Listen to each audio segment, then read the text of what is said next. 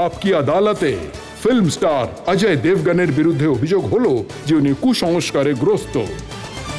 আমি আপনার একটা ইন্টারভিউ পড়ছিলাম যেখানে 16 বছর আগে আপনি একজন জার্নালিস্টকে ফিল্ম জানের সেটে বলেছিলেন যে আপনি খুবই সুপারস্টিশিয়াস, আর আমি আমার ফিল্ম রিলিজ হওয়ার আগে নিজের ফিল্ম বা রোলের ব্যাপারে কথা বলি না।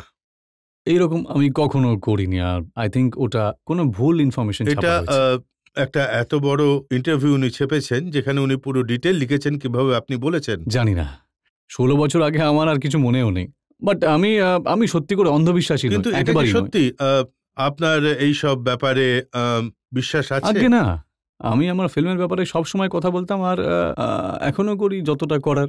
তো আপনি আপনার নাম কেন পাল্টালেন? আপনার নাম তো বিশাল ছিল। বিশাল নাম বদলেছি, তার পেছনে তেমন কোনো রিজন ছিল না।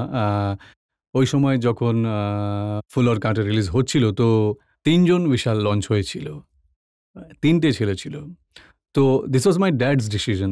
তো দেখো, you should change your name, কারণ অনেক কনফিউশন হয়। তো আমি আমার বেছে নিয়েছি নামটা, বাট না কাউকে জিজ্ঞাসা করে, না এরকম কোনো এর সঙ্গে ভাগ্য বা জ্যোতিষের কোনো সম্পর্ক নেই। না না, একেবারে। আর সম্প্রতি আপনি দেবগনের স্পেলিং থেকে সরিয়ে দিয়েছেন।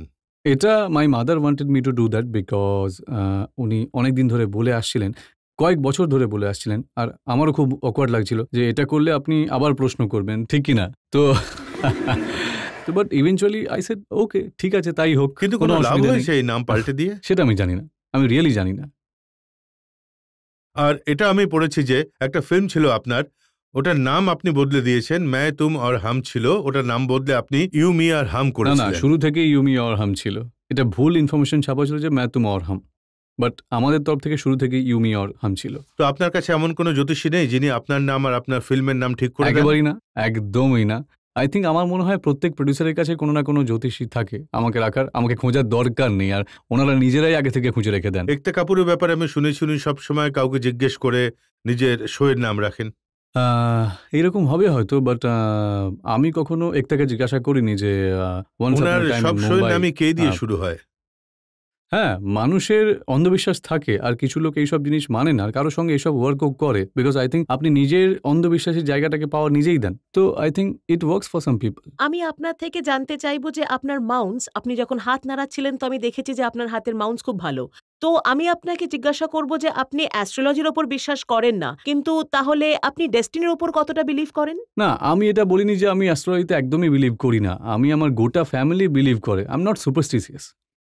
So that's the difference. এমন কোনো জিনিস আছে যেটাতে আপনার ভয় লাগে আর আপনি অন্যদের ভয় দেখান, কাউকে ভূতের ভয় দেখান, কাউকে বাঁদরের ভয় দেখান? না, আমার ভয় লাগে না। উনি জিজ্ঞেস করেছেন আপনি কাজলকে ভয় পান কিনা। আমি নয়, ও নিজে এসেই মারবে।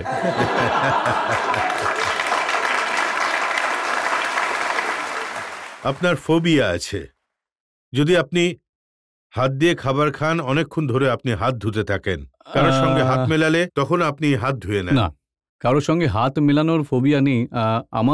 আমার খাওয়ার একটু ফোবিয়া অবশ্যই আছে। I don't really touch food which is oily, আর আমার মনে হয় যে স্মেল রয়ে যাবে, বাট এটা হয়ে থাকে ফোবিয়া, বাট হাত মেলানোর কোনো ফোবিয়া। এতে তো লেখা রয়েছে লম্বা নখ থাকা মেয়েদের সঙ্গে হাত মেলাতে আপনি পছন্দ করেন না। এইসবও লেখা রয়েছে? আজকাল তো সবার নখই লম্বা হয়, তাহলে কি করব? না, শুধু খাওয়াতেই রয়েছে, আর এর বাইরে আর কিছু নয়।